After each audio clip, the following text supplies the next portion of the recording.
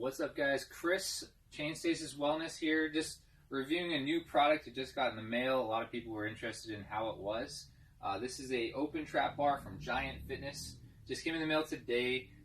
They delivered right to my doorstep. Was not on a pallet, so you don't have to worry about delivery stuff. Very convenient. There's free shipping as well, which really is a plus, considering most places selling these kind of things are charging quite a bit for shipping these days. You can see it was packed pretty well. I did an unboxing video, but it was a little more than I needed it to be. But you can see it came with plenty. It was well packed. It did rattle around a little bit, but as you can see, it's pretty light. If you read the description, 35 pounds. That's way lighter than most trap bars. And the whole package itself, I believe, is about 44 pounds. So the first thing, when you see a box this big, you lift it up, it's pretty light. You're kind of surprised. So I took it out. It came in 3 pieces. Okay, literally. Just these 2 end pieces here, and the handles right here were already attached, so that was kind of nice. But it looks like you can take the handles off pretty easily. It's made of a solid, or not a solid, a hollowed out metal. You can hear it, how hollow it is. That's how they made it so light. It's a matte black, and I don't think you really get to choose anything about the coloring there. The adjustable handles, they move around. They're not fixed. They don't lock in. So that could be a good thing or a bad thing, depends on how you look at it. And it appears as though all 3 of these have a different amount of knurling. These are uniform among the big handle and the big handle, but the smaller handles, they have a different knurling. They feel a little bit more aggressive.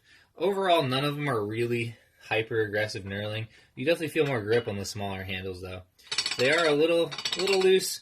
You might be able to tighten them up a little bit with some tools of your own though. These right here, as you can see, one of them came with a little blemish. Not really too worried about that.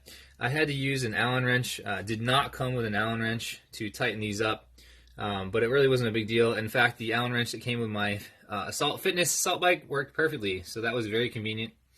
You can see the amount of space on here is quite a bit. You can definitely fit over 600 pounds of load on there. Even if you only have bumper plates, it'll still fit pretty good. I only got these cheap Ethos Dick's Sporting Good plates, but they fit pretty well, so that's fine.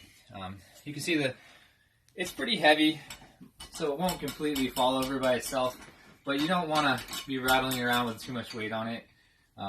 Otherwise, it can easily turn over. You probably want to find a place to hang it when you store it, if you can. The other thing to note is that it is a little back heavy, so it will immediately come back, which means when you're deadlifting, if you're facing this way, which most people will, you'll have to have a little bit of grip strength just to keep it upright. So there's a little bit of that every time you deadlift, which, not a big deal. The other thing is it's a little lower than a lot of trap bars. A lot of trap bars nowadays will have the elevated handles. So if you don't deadlift well to the floor, you might want to elevate the plates a little bit. That being said, overall it works pretty well. I don't have a lot of weight on here again, so I got to put it through its test with heavier loads, but to me it seems pretty solid. It moves well. It's great if you want to jump with it, though I wouldn't suggest it in a place like mine. There's not much ceiling height. So I'll test it out eventually once I get more weights. I got to buy some more for my home gym. Maybe I'll bring some in from where I work and try it out a little harder. But overall, so far, very happy with it. I can't say I complain too much. The price point at about $320, free shipping, is less than half of what you're going to pay for competitors.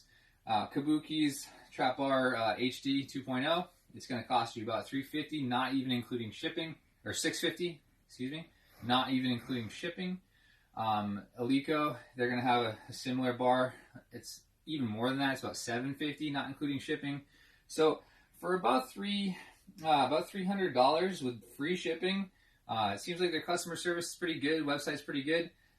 You can't complain. I mean, for that price, this seems pretty solid and pretty good. But if you got any other questions, just post in the comments or let me know. All right, guys. Well, thanks for your time, and be well.